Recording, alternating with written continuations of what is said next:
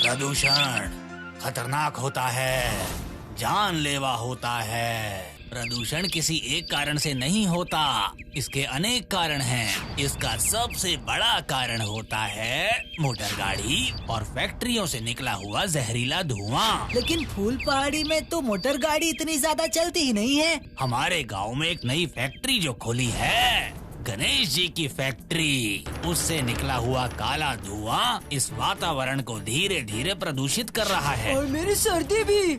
सुनो, मुझे प्रदूषण वगैरह ये सब इतना समझ में नहीं आता। प्रदूषण की वजह से अगर तबीयत खराब होगी तो सबसे पहले मेरी होगी, लेकिन मेरे साथ तो ऐसा कुछ नहीं हुआ। अब क्या होगा भूतू? और क्या होगा अब? फैक्ट्री के जहरीला धुआं पूरे आसमान में फैल जाएगा। नहीं, बिल्कुल नहीं।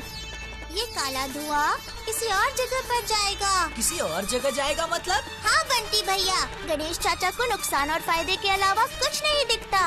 अब मैं उन्हें उनकी ही भाषा में समझाऊंगी। मतलब मैं उन्हें समझाऊंगी कि प्रदूषण होने से क्या क्या नुकसान होगा और उनकी फैक्ट्री में यंत्र लगाने से क्या होगा। पर होगा कैसे? जादू, अकड़म बकड़म धुआं आजा।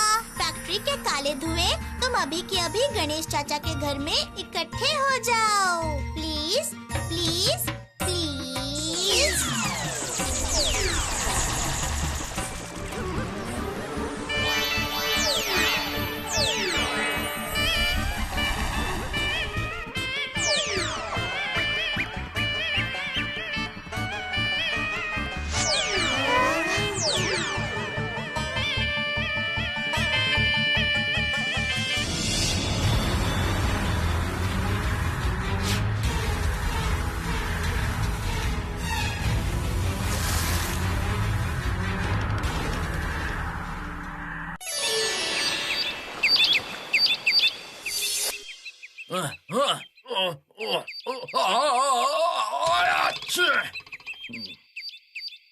ये क्या?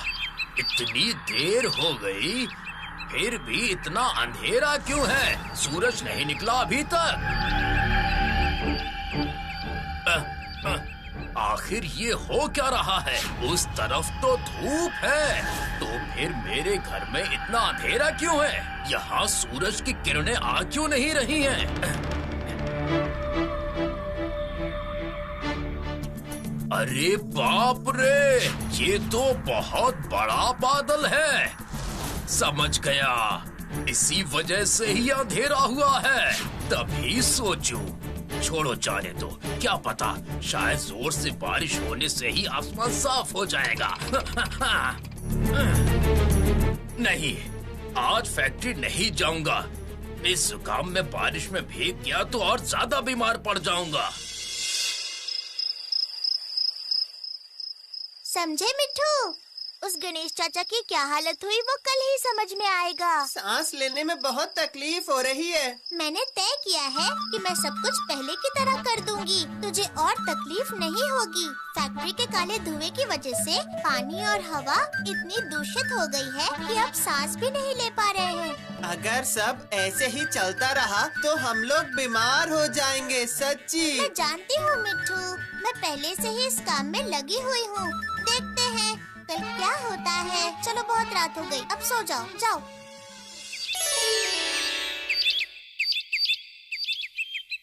अरे ये क्या? आज भी मेरे घर में ही अंधेरा है। समझ में नहीं आता ये कैसा मौसम है।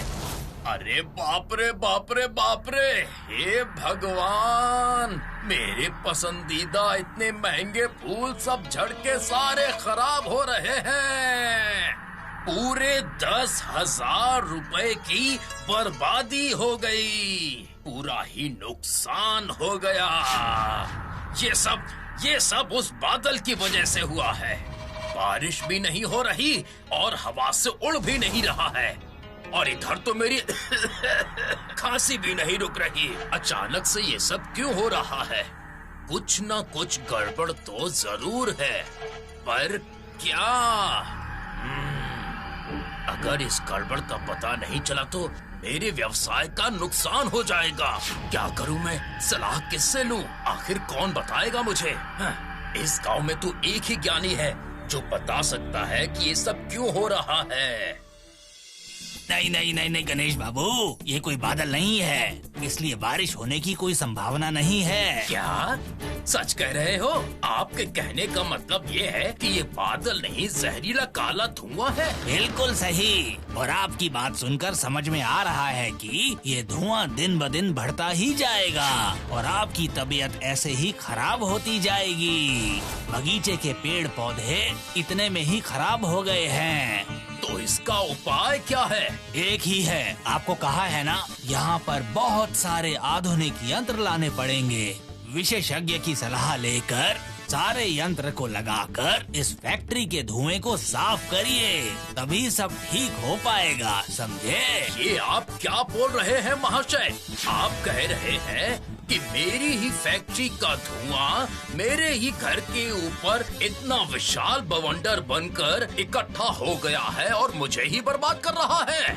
ये बताइए कि ये धुआं सिर्फ मेरे ही घर पर क्यों जमा हो रहा है? वो तो मुझे भी समझ में नहीं आ रहा है। देखता हूँ किताब पढ़ के कुछ पता चलता है कि नहीं। चलो अब मैं चलता हूँ। हाँ।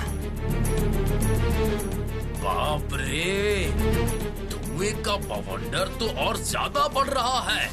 ये क्या, तुम लोग यहाँ क्या चाहिए? आपको हमने इतनी बार बोला कि प्रदूषण कम करने का यंत्र लगा दो, आपने हमारी बात ही नहीं सुनी। अब आपको समझ में आ रहा है ना कि आपके फैक्ट्री का काला धुआं कितना ज्यादा नुकसानदायक है ये। और अगर यंत्र लगाएंगे तो सबके साथ साथ आपको भी कितना फायदा होगा। ओहो, तो मुझे मुसीबत में देखकर तुम्हें खुशी हो रही है ना? तो फिर तुम लोग भी सुन लो, मैं भी कभी कोई यंत्र वंत्र नहीं लगाऊंगा। और वो बादल, उसको तो मैं खुद ही दूर कर दूंगा। अब तुम लोग यहाँ से जा सकते हो। इस धुएं को वो कैसे हटाएंगे भूतू? क्या पता, मैं भी वही सोच रही हूँ। देखते हैं ना कैसे हटाते हैं। वो देख भूतू, ये कोई रसोई घर की धूल है क्या जो झाड़ू से साफ हो जाए? देखकर तो अमरूद का पेड़ लग रहा है। वो सब तो ठीक है भुत्तू, पर असली काम तो हुआ ही नहीं। हम लोग उनको समझा ही नहीं पाए। हम समझा नहीं पाए तो क्या हुआ? अब स्वयं प्रदूषण महाराज ही ने समझाएंगे। प्रदूषण महाराज? वो कौन है? वो देखो, अकरम बकरम प्रदूषण महाराज।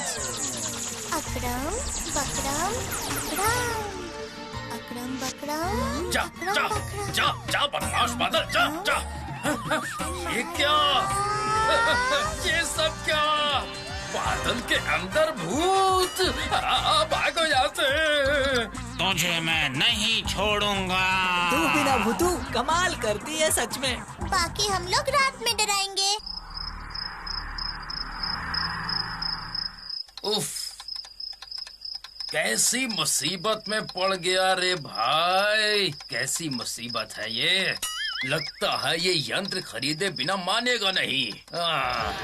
इस धुएं का भी दिमाग नहीं है। इकट्ठा होना है तो हो, लेकिन मेरे ही छत पर क्यों? और ये भूत बनकर मुझे ही क्यों डरा रहा है? बाप रे, अरे बाप रे बाप, कहीं मेरा पूरा व्यवसाय ही न डूब जाए।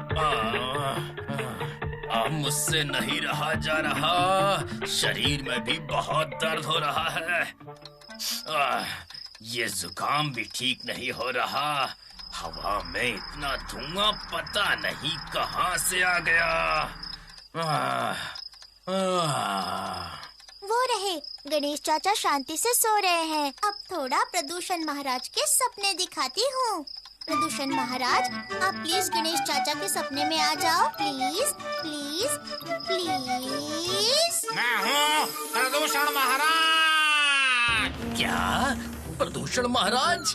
हाँ, प्रदूषण महाराज। और तूने मुझे गुस्सा दिलाकर बिल्कुल भी अच्छा नहीं किया। इसकी तुझे सजा जरूर मिलेगी। सजा? सजा? कैसी सजा? कैसी सजा मिलेगी मुझे? मैं अब धीरे धीरे तुझे निकल जाऊंगा और तेरे अंदर मेरा काला धुआं चले जाएगा तो तू सांस भी नहीं ले पाएगा। बाप रे, बचाओ मुझे, बचाओ बचाओ बचाओ मुझे। रुक जा, कहाँ भाग के जाएगा? रुक जा। ये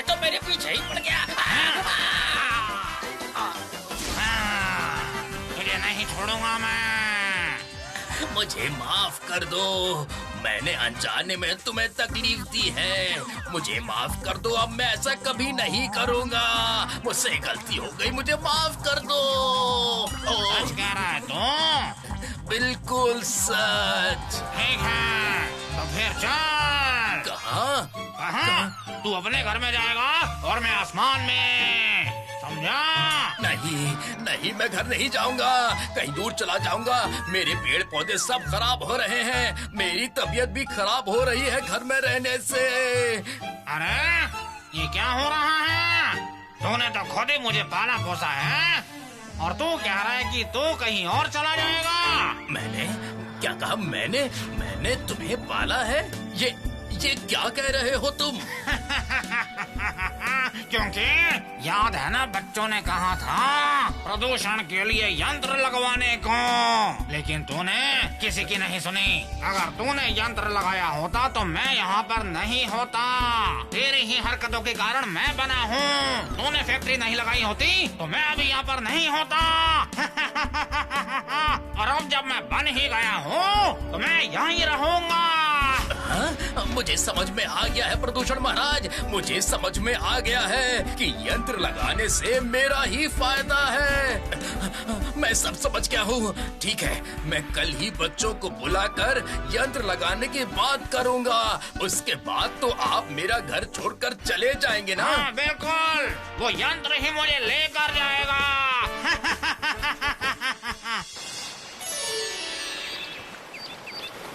यंत्र लगाने का फैसला करके आपने इस फूल पहाड़ी का बहुत भला किया है। तुम लोगों ने एक बार नहीं बल्कि बार बार मुझे समझाने की कोशिश की, लेकिन मैंने ही तुम्हारी बात को अनसुना कर दिया। मुझे समझने में बहुत देर हो गई।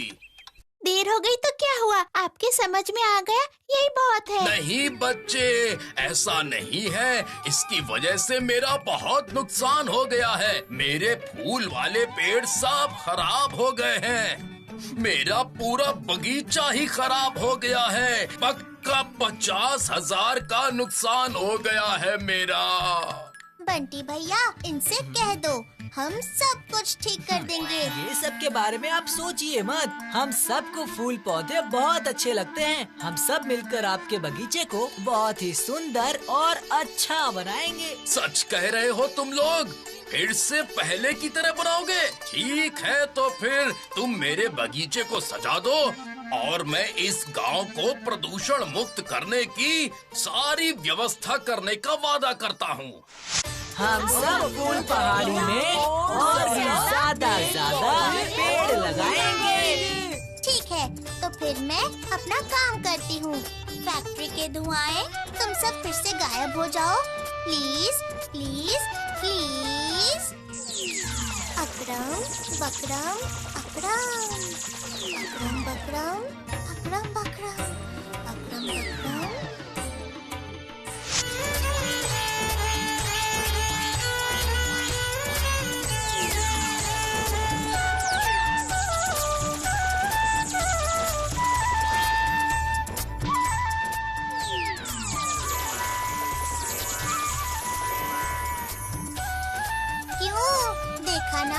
प्रदूषण हमें कितना दूषित करता है, इसलिए हम सबको मिलके पर्यावरण को प्रदूषण मुक्त करना ही होगा। क्यों? समझ आया ना?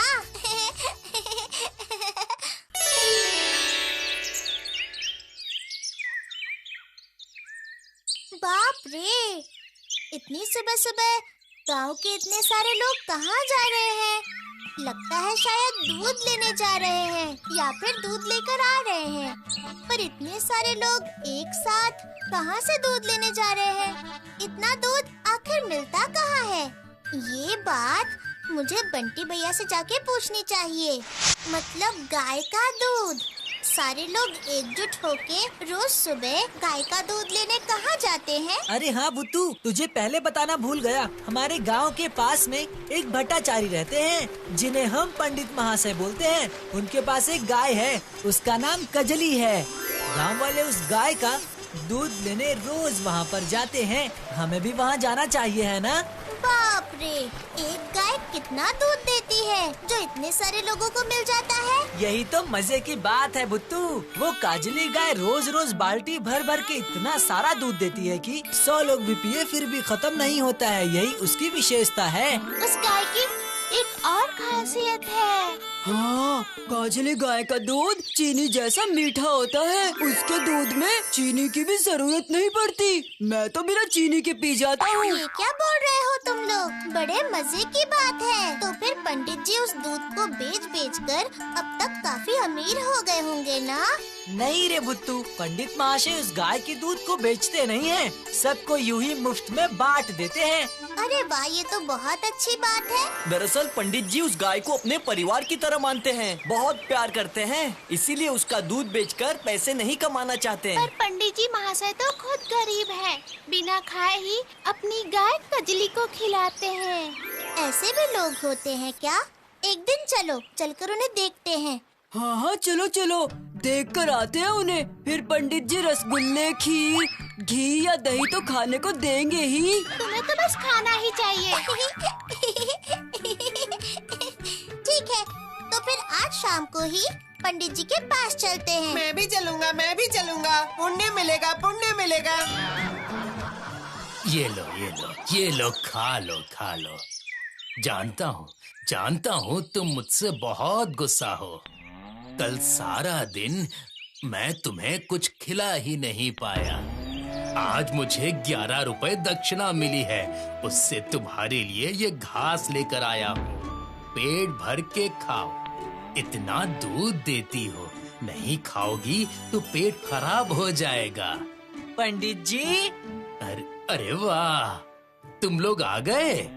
कल ही मैं तुम लोगों को बहुत याद कर रहा था। चलो चलो अंदर आओ, आ जाओ, यहीं हम लोग खुले में बैठते हैं। आपने कहा कि आप हमें याद कर रहे थे। हमारे लिए खीर बनाई है क्या? नहीं रे गोलू, दही जमाया था।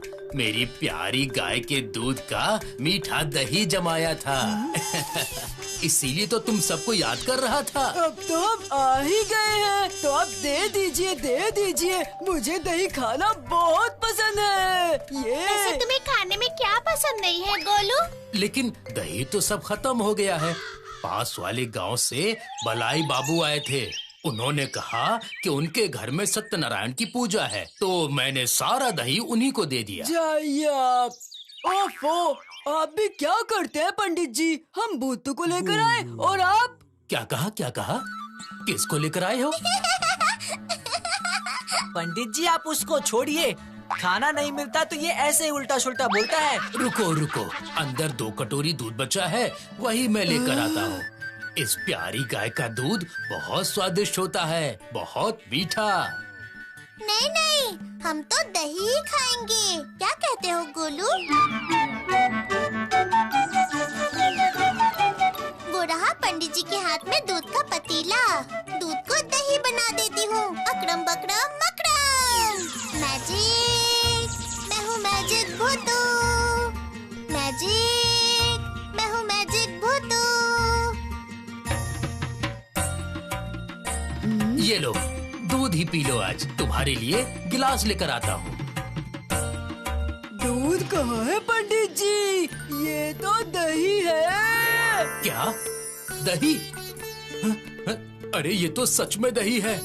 ये तो मेरी इस प्यारी गाय के दूध का कमाल है। चलो चलो, अब खा लो। मेरी प्यारी गाय को तुम्हारी तकलीफ समझ में आ गई होगी। हाँ हाँ, खाता हूँ खाता हूँ। लो लो बंटी भैया, आप भी खाओ। लो लो मुन्नी खाओ, भूतू मेरा मतलब सब लोग खाओ, खाओ खाओ, जल्दी खाओ। हाँ हाँ,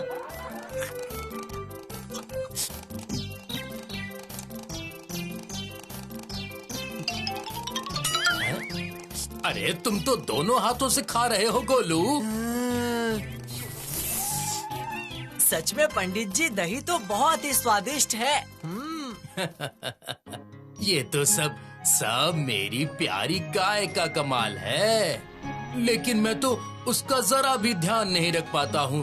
देखो ना, इस भयंकर ठंड में मैं उसे गर्म कंबल तक नहीं दे पा रहा हूँ। उसके ऊपर कोई छत भी नहीं है। धूप और बारिश से मेरी गाय को बहुत तकलीफ होती है। सच में पंडित जी बहुत ही अच्छे स्वभाव के हैं। वो अपनी गाय को गाय नहीं बल्कि घर का सदस्य मानते हैं। देखो ना कितना स्वादिष्ट दूध है। अगर वो दूध को बेचते तो कितना सारा पैसा कमाते। मैंने कहा था ना सबको यहाँ से निकाल फेंकूंगा। 10 लीटर दूध में 10 लीटर पानी मिलाकर छेना बनाने के लिए कहा था मैंने। अरे साहब, फिर तो वो दूध ही नहीं रहेगा, तो फिर छेना कैसे बनेगा? वो सब मुझे नहीं पता। मैं रोज रोज इतना दूध नहीं खरीद सकता। तुम रोज इतनी चीनी खर्च कर रहे हो। अरे दूध पतला होगा तो चीनी तो ज्यादा लगेगी ही साहब। ये पंडित जी की गाय का दूध थोड़े ना है। अब तो मुझसे फिर जबान लड़ा रहा है। जाकर सब हलवाइयों को बोल दे मिठाई का आकार छोटा कर दें और मिठाई के दाम 2-2 रुपए बढ़ा दिए जाएंगे। दूध और चीनी खरीदने में ही मेरे सारे पैसे खर्च हो रहे हैं। उस पंडित जी के पास जो गाय है आप उसे खरीद सकते हैं क्या साहब? बाल्टी भर भर के दूध भी देगी और उसका दूध तो बहुत मीठा ही होता है, तो चीनी मिलाने की जरूरत ही नहीं। सारी समस्या खत्म हो जाएगी। अगर ऐसा ही चलता रहा तो आपके सारे खरीदार बंटी भैया की दुकान में चले जाएंगे मिठाई खरीदने के लिए। वो मतलब वो गाय वो पंडित जी की गाय। सही कहा रे तूने। रुक रुक रुक, मैं आज ही जाता हूँ पंडित जी के घर।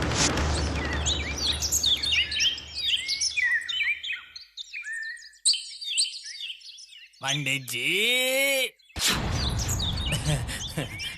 बक्कू बाबू। हाँ पंडित जी, पहचान गए आप मुझे। एक काम था आपसे।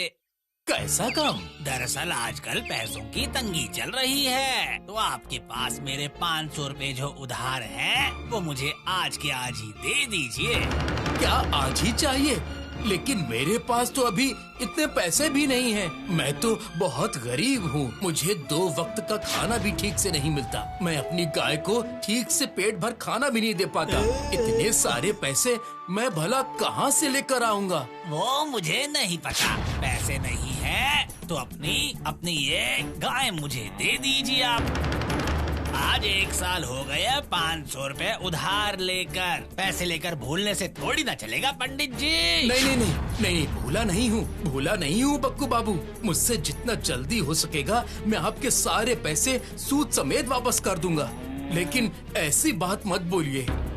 नहीं, मुझे आज के आज ही पैसे चाहिए, नहीं तो मैं उस गाय को लेकर अभी चला जाऊंगा यहाँ से। नहीं बक्कू बाबू, नहीं। ये गाय मेरे लिए सिर्फ गाय नहीं है, मेरे घर की सदस्य है।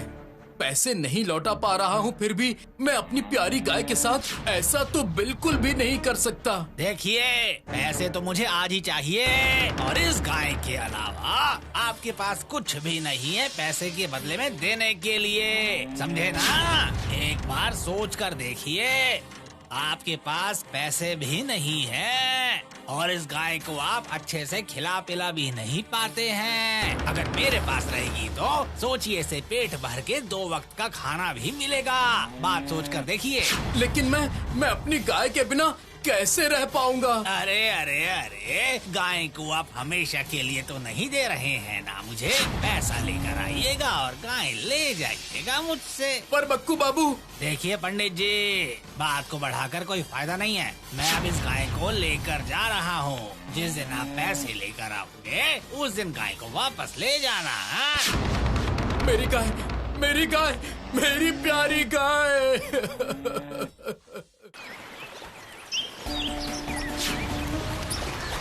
सर्वनाश हो गया। कजली गाय को बक्कू चाचा ले गए और पंडित जी बहुत रो रहे हैं। ये सब क्या बोल रहा है गोलू? अरे मैं सही कह रहा हूँ। गांव के सभी लोग जानते हैं, जो लोग दूध लेने गए थे खाली हाथ लौटे हैं। समझ गई, वो उस गाय के दूध से मिठाई बनाना चाहता है, इसलिए जोर जबरदस्ती करके ले गया उसे। अब क्या होगा भूतू?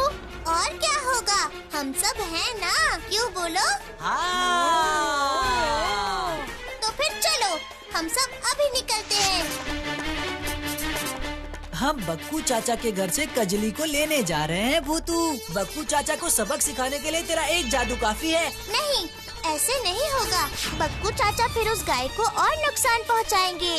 अब रोज तो हम उसके साथ रह नहीं सकते ना। सही, बिल्कुल सही कहा भूतू। तो फिर क्या हम 500 रुपए देकर कजली गाय को वापस लाएंगे? गोकू बाबू जैसा आदमी वो कहेगा कि 5000 रुपए बाकी है। इसका कोई मतलब होगा क्या? तो फिर अब पहले तुम सब उनके घर चल के तो देखो। उनसे बात करते हैं, जानते हैं कि वो क्या चाहते हैं, फिर देखेंगे क्या करना है। समझ गया। चलो चलो।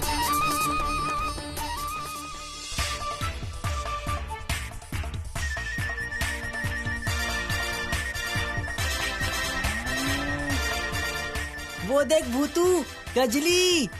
तुम लोग अंदर जाओ, मैं आती हूँ। देखो, तुम रो मत, हम लोग हैं ना। तुम्हें यहाँ से छुड़ा के ले जाएंगे। तुम्हें चिंता करने की जरूरत नहीं है। ये तुम्हारे मामा का घर है क्या, जो घूमने चले आए हो?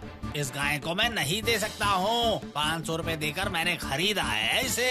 पर पंडित जी ने आपको बेचा ही नहीं, तो आपने उसको खरीदा कैसे, बताओ? ये लड़का कुछ ज्यादा ही बोलता है। जाते हो यहाँ से या फिर धक्के देकर बाहर निकालो। साहब साहब, आज सुबह पंडित जी की गाय ने इतना दूध दिया है कि एक नई बाल्टी खरीदनी पड़ेगी। उसी दूध में से आपके लिए एक गिलास दूध लेकर आया हूँ। इसे चखिए, देखिए कितना मीठा है। दे दे दे, बचा हुआ दूध मिठाई बनाने के लिए भेज दिया है ना? हाँ, भेज दिया है साहब। देखना देखना, अब मेरी दुकान की मिठाइयाँ, रसगुल्ले, दूध, दही कैसे बिकते हैं। जलन हो रही है ना, इसलिए गाय को मेरे से छुड़वाने आए हो। जा बंटी जा, अपने पापा को बोल दे मिठाई की दुकान बंद कर देने के लिए। जाने को बोला ना, जा। हम यहाँ इसके लिए नहीं आए हैं। वो पंडित जी के परिवार के सदस्य के जैसी है, तो उसे छोड़ दीजिए। कहा ना मैंने, ये गाय हमेशा के लिए अब मेरी है। कह रहा हूँ चले जाओ, नहीं तो डंडे से मारूंगा। ऐसी बात है, डंडे से मारोगे? अब आप देखो बक्कू चाचा, उस दूध का कमाल। अकड़म बकड़म मकड़म। बंटी भैया चलो, अब यहाँ रुककर कोई फायदा नहीं है। हाँ हाँ, चलते हैं। इस बक्कू घोष को वो बंटी का पापा टक्कर देगा। इतना आसान है क्या?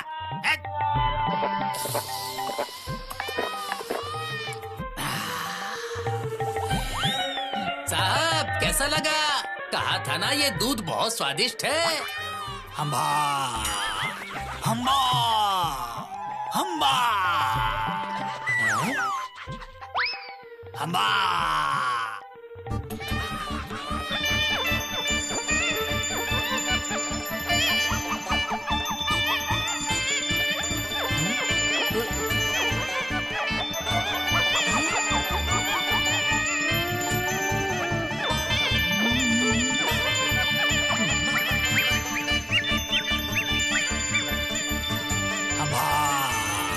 हम्बा हम्बा हम्बा हम्बा। ये क्या? अरे ये क्या साहब, ये आपको क्या हो गया है? ये आप क्या कर रहे हैं? अरे साहब क्या हो गया? हम्बा। अरे सुनो भाई सुनो, दूध पीने की वजह से साहब को क्या हो गया है? हम्बा हम्बा हम्बा हम्बा हम्बा हम्बा। अरे बाप रे, ये मैं क्या देख रही हूँ? साहब को भूत ने पकड़ लिया है। हम्बा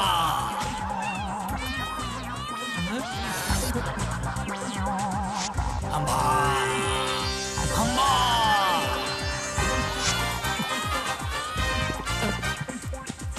हम्बा हम्बा हम्बा हम्बा। हमला!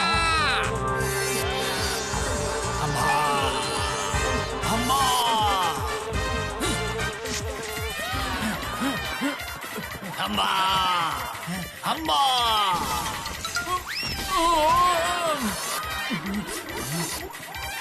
हम्बा हम्बा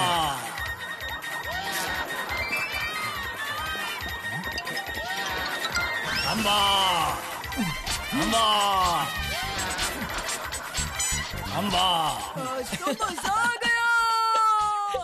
पर काजली हमें मिलेगी कैसे? अब देखो मैं क्या करती हूँ। सब लोग चलो मेरे साथ पंडित जी के घर। बंटी भैया, जैसा मैंने कहा था, पंडित जी को अच्छी तरह से समझा देना। हाँ हाँ बिल्कुल। बक्कू चाचा को अब समझ आएगा भूतू। हाँ हाँ सही कहा।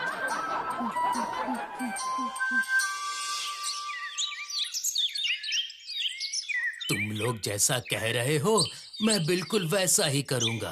क्या मेरे घर बक्कू बाबू आज ही आएंगे? आएंगे आएंगे, बस आप देखते जाइए। वैसा ही होना चाहिए भोलेनाथ, वैसा ही होना चाहिए।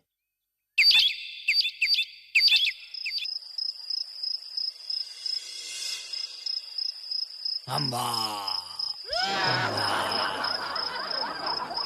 उन लोगों ने मुझे गाय समझकर इस गौशाला में बंद करके रखा है।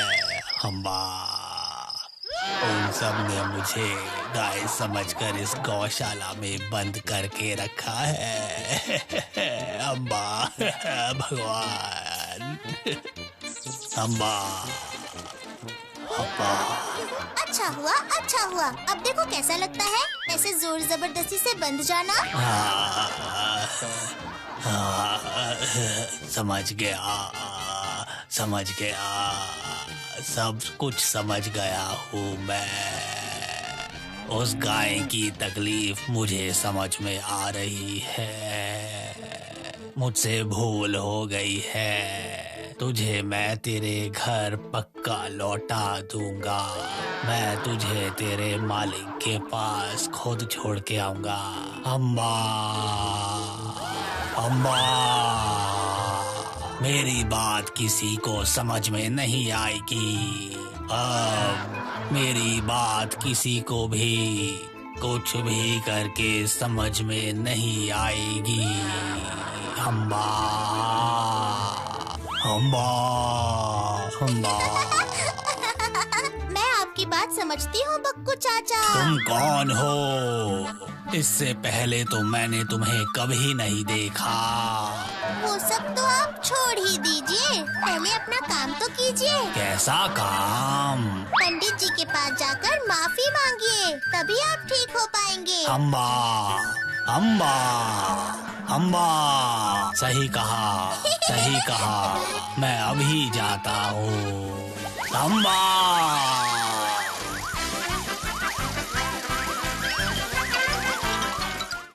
आपको इस हालत में देखकर बहुत तकलीफ हो रही है बक्कू बाबू। मेरी गाय को मुझसे छीनकर आपने अन्याय किया है, इसीलिए भगवान जी ने आपको ऐसी सजा दी है। अम्बा, अम्बा, अम्बा। मैं आपको माफ कर देता हूँ। आप मेरी गाय वापस कर दीजिए। अम्बा, मैं आपकी गाय को लौटा दूंगा। मैं आपकी गाय को लौटा दूंगा। ये क्या हो रहा है? लगता है मैं ठीक हो रहा हूँ। मैं ठीक हो गया हूँ। मैं बिल्कुल ठीक हो गया हूँ। अब मैं इंसानों की तरह चल फिर सकता हूँ और मैं बोल भी सकता हूँ। मैं बिल्कुल ठीक हो गया हूँ। मुझे माफ कर दीजिए पंडित जी, मुझसे बहुत बड़ी भूल हो गई थी। मुझे माफ कर दीजिए, मुझसे भूल हो गई थी। मैं आपकी गाय को जल्द से जल्द लौटा देता हूँ। मैं उसे अभी तुरंत लेकर आता हूँ। मैं आपकी गाय को लेकर आता हूँ।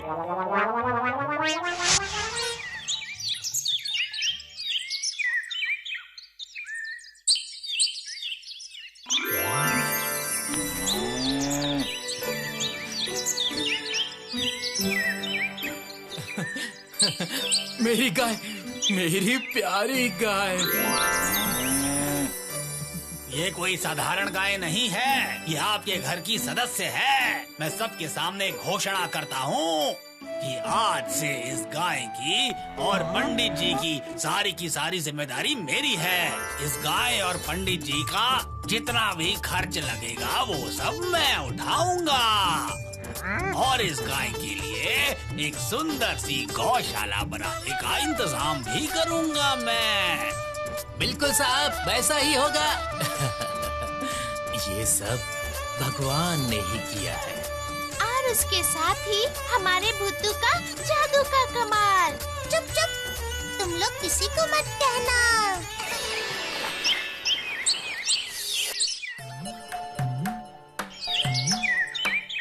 तुम सबको आज यहाँ मैंने क्यों बुलाया है जानते हो? तुम नहीं बताओगे तो हमें कैसे पता चलेगा? एनी गुज, एनी गुज। चिंटू भैया अंग्रेजी बोल रहे हैं। गूस? ओ चिंटू भैया, वो गूस नहीं गैस होता है, गैस मतलब कि अनुमान लगाना। वो तो मुझे मालूम है बुद्धू। गूज का मतलब है ज्यादा अनुमान लगाना। ठीक है, अब तुम ही बताओ, तुमने हमें यहाँ क्यों बुलाया? मैंने इस बार तय किया है कि अब हम दुर्गा पूजा करेंगे। मतलब अपने योद्धा क्लब जूनियर के सारे सदस्य मिलकर दुर्गा पूजा का आयोजन करेंगे। पूजा का आयोजन करेंगे? क्या मतलब है? समझ गया, आपकी बात अच्छे से समझ गया मैं। देखा तुमने मेरे साथ रह रहकर ये बंटी कितनी अच्छी अंग्रेजी बोलने समझने लगा है। वो कुछ भी हो चिंटू भैया, दुर्गा पूजा मतलब बहुत बड़ी बात है और पैसे भी बहुत सारे लगेंगे। बहुत बड़ा पंडाल भी लगाना पड़ेगा। भाषण भी बहुत अच्छे से देना पड़ेगा चिंटू भैया। देख रहे हो, अभी तक पूजा की तैयारी शुरू भी नहीं हुई और इसे भाषण की चिंता लगी हुई है। अच्छा बाबा, ठीक है, सब चुप हो जाओ अभी। पहले अपनी तैयारी तो बताओ चिंटू भैया। अच्छा तो सुनो, मैंने तय किया है कि हमारी पूजा का विषय होगा रेगिस्तान। रेगिस्तान? हाँ, रेगिस्तान। रेगिस्तान के अंदर बैठेगी हमारी माता की मूर्ति। ऐसा भी होता है क्या? अरे बाप रे, वो क्यों? क्लब के सामने वाले मैदान में खींचू बाबू को बोलूंगा 5 गाड़ी बालू फैलाने के लिए। बस रेगिस्तान तैयार हो जाएगा। उसके ऊपर कुछ केले के पेड़ लगा दूंगा। ऐसा लगेगा कि असली रेगिस्तान है और हमारा खर्चा भी बच जाएगा। रेगिस्तान में केले का पेड़? क्या तुम लोगों को पता नहीं है? मैं तो जानता हूँ कि रेगिस्तान में कैक्टस का पेड़ उगता है। कैक्टस मतलब एक ही बात है। रेगिस्तान में केले के पेड़ लगाएंगे तो वो सूख कर कैक्टस ही बन जाएंगे ना। बहुत अच्छा रहेगा गुरु। पर चिंटू भैया, ये तो समझ में आया कि रेगिस्तान विषय से तुम पंडाल का खर्चा बचा रहे हो, पर भगवान जी की मूर्ति, पूजा की सामग्री तो लेनी पड़ेगी और 4 दिन पूजा भी करनी होगी। उसमें तो बहुत खर्चा होगा। खर्चे की चिंता तुम मत करो, ये आपका चिंटू है ना। मैं चंदा लूंगा, पूरे गांव को बताऊंगा कि यहाँ रेगिस्तान में दुर्गा पूजा का आयोजन कर रहे हैं। फिर देखना लोग किस तरह से चंदा देने के लिए आगे आते हैं। पूरे 5 लाख रुपए इकट्ठा करने पड़ेंगे। इतने पैसों से क्या होगा चिंटू भैया? ये बाद में सोचेंगे, पहले इकट्ठा तो करो। मुझे तो कोई 2 रुपए से ज्यादा चंदा देता ही नहीं। अरे ये दुर्गा पूजा का चंदा है रे। इसके अलावा हमारा योद्धा क्लब का नाम सुनते ही लोग खुशी खुशी के साथ फटाफट चंदा देने के लिए तैयार हो जाएंगे। चिंटू भैया, आप सब संभाल लेंगे ना? तुम लोग किस लिए हो? सुनो, मेरी जिम्मेदारी है मैदान में बालू फैलाना। बाबू राम को पंडाल का मुखिया बनाकर मूर्ति के पैसे वसूल करेंगे। गुड्डू, गोलू, तुम दोनों की जिम्मेदारी है इस गांव में जितने भी आम, सेब, खीरा, जामुन, नारियल, इन सब के पेड़ हैं, उन सारे फलों को इकट्ठा करके उन सब को मेरे सामने लाकर रखना। भूतू, मुन्नी, तुम दोनों की जिम्मेदारी है फूल इकट्ठे करना। और मैं?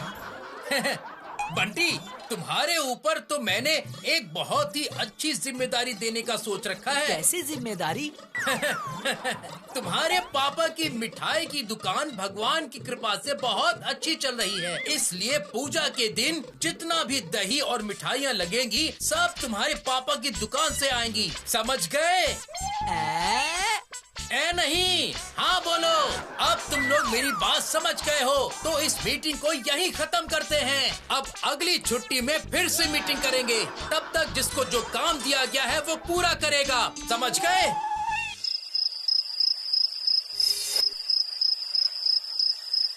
ये चिंटू भैया ने तो तुम्हारी रात की नींद ही उड़ा दी है। इतनी चिंता करके कुछ नहीं होगा, जाके सो जाओ। नहीं, मिट्ठू, मुझे बहुत चिंता हो रही है। पूजा करना इतना आसान है क्या? वो उल्टा पुल्टा केले खाने की प्रतियोगिता के बाद भी सबक नहीं मिला? क्या करूं अब? मुझे थोड़ा सोचने दो। जाओ, तुम जाके सो जाओ। हाँ, अब तो यही बाकी है। पर जब तक तुम नहीं सोगी, मैं नहीं सोने वाला। कभी भी नहीं। पहले ही कह देता हूँ, मैं यहीं पे बैठा हूँ। उफ, तू भी ना बहुत जिद करता है। मैं पापा को ये सब बातें किस तरह से बताऊं? पापा ये सब सुनते ही बहुत ज्यादा गुस्सा हो जाएंगे। रेगिस्तान? उफ, मेरा कितने दिनों से सपना था कि मैं ऊंट के ऊपर बैठकर घूमूंगा। वाह, रेगिस्तान! सुन भूतू, मुझे मजा आ गया। ऊँट को क्या कहते हैं पता है गोलू? ऊंट को तो सभी ऊंट ही कहते हैं, हाथी थोड़ा ही ना कहते हैं। अरे नहीं बुद्धू, ऊँट को कहते हैं रेगिस्तान का जहाज।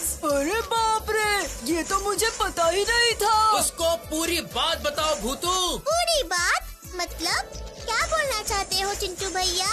तुमने तो बड़े वाले ऊँट के बारे में कहा। सुन गोलू, बड़े वाले ऊँट को कहते हैं रेगिस्तान का जहाज और छोटे वाले ऊँट को कहते हैं रेगिस्तान की नाव। क्या? अरे बाप रे! अरे बाप रे, लग गई रे! ओ, ई, आ! केले के बगीचे को फिर से खराब करने आ गया है। मैं तेरी पूजा के पंडाल का मुखिया नहीं बनूंगा। अरे क्यों? ऐसा नहीं कहते। विशाल पूजा होगी बाबूराम काका। रेगिस्तान में दुर्गा पूजा, मतलब रेगिस्तान के मुखिया, मतलब पूजा मतलब कुछ मतलब नहीं समझना चाहता मैं। एक बार और कहा तो उसी रेगिस्तान में मैं तुझे गाड़ के रख दूंगा। अरे बाप रे, तो फिर पूजा कैसे होगी? मतलब मैं कह रहा था बाबूराम जी, मतलब काका, अगर आप पूजा करने के लिए प्रतिमा दे देते। क्या रामू, घर के पीछे से डंडा तो लेकर आ जरा। अरे ये क्या? डंडा नहीं, मिट्टी की मूर्ति। मैं चलता हूँ बाबूराम जी, मतलब काका जी। बेचू चाचा, आपसे मुझे थोड़ी बालू मिलेगी क्या? क्यों रे, तुझे घर बनाना है क्या? नहीं, रेगिस्तान बनाऊंगा। क्या? बालू लेके रेगिस्तान बनाएगा तू? हाँ, रेगिस्तान। इस बार हमारे यहाँ दुर्गा पूजा का विषय है रेगिस्तान। इसलिए हम चाहते हैं कि आप हमें 5 गाड़ी बालू दान में दे दें। आपके गांव का ही लड़का हूँ, इसलिए आपसे विनती कर रहा हूँ। ओह, ये बात है। तुम्हारा कोई मामा है क्या? क्यों? मेरा तो एक ही मामा है। तो फिर जाके विनती अपने मामा से करो, समझे? समझ गया। मतलब आप मुझे बालू मुफ्त में नहीं देंगे? नहीं। तो फिर ठीक है, बालू खरीदने में पैसे लगते हैं। मैं सीधे रेगिस्तान जाऊंगा और वहाँ से गाड़ी भर भर के ले आऊंगा और यहाँ अपना रेगिस्तान बना लूंगा। आप भी देखते रह जाएंगे। कहाँ से आ जाते हैं? तो बताओ आखिरकार हुआ क्या? बाबूराम काका प्रतिमा नहीं दे रहे हैं, बेचू चाचा भी मदद नहीं कर रहे हैं और मेरे पापा भी दही मिठाई नहीं दे रहे हैं। तो फिर पूजा कैसे होगी चिंटू भैया? हम पूजा नहीं करेंगे तो और क्या ही कर सकते हैं। इससे अच्छा है हम सब मिलकर सरस्वती पूजा मनाएंगे। हाँ, वही सही रहेगा। मुझे तो सरस्वती पूजा में अंजलि देना बहुत पसंद है। नो, मतलब नहीं। मतलब कैसे चिंटू भैया? मुझे नहीं लगता कि चंदा इकट्ठा भी होगा। चंदा इकट्ठा जरूर होगा। कैसे? अगर सीधी उंगली से घी ना निकले तो उंगली टेढ़ी कर लेनी चाहिए। नहीं चिंटू भैया, ऐसे उंगली टेढ़ी करके मुझे पूजा नहीं करनी है। सही कहा, मुझे भी नहीं करनी। मुझे भी नहीं। हाँ, मुझे भी नहीं। तो फिर ठीक है, मैं इस क्लब का सेक्रेटरी चिंटू राम छत्रपति तुम लोगों से वादा करता हूँ कि मैं अकेले ही दुर्गा पूजा करके तुम सबको दिखाऊंगा। देखना चिंटू भैया, हमें दिखाने के चक्कर में खुद ही मुश्किल में मत फंस जाना। तुम्हें वो देखने की जरूरत नहीं, मैं अपने काम खुद ही देख लूंगा। अब तुम लोग जाओ। ठीक है, जा रहे हैं हम, पर हमारी बात भी एक बार सोचना। गो मतलब जाओ। बोल रहा हूँ ना, मैं सब संभाल लूंगा। अब तुम लोग जाओ यहाँ से। भुतुरे, मुझे तो बहुत चिंता हो रही है। बिल्कुल, चिंटू भैया फिर से कोई मुसीबत में न पड़ जाए। पर इसकी वजह से हम एक असंभव काम में उनकी सहायता थोड़ी कर सकते हैं। चिंटू भैया पे हमें नजर रखनी होगी। उफ, मैंने सोचा था सहायक बनूंगा, अब तो पूजा ही नहीं हो रही। चिंटू भैया का तो प्लान ही फेल हो गया। सुनो गोलू, दुर्गा पूजा करना बच्चों का खेल नहीं है। अच्छा भूतू, क्या हम पूजा का आयोजन नहीं कर सकते? क्यों नहीं कर सकते? बिल्कुल कर सकते हैं। पर बात वही है कि करेगा कौन? क्यों, हम सब है ना। हम सब? हम सब नदी के ऊपर ब्रिज बना सकते हैं, तो पूजा क्यों नहीं कर सकते हैं? बात तो तूने बिल्कुल सही कही है।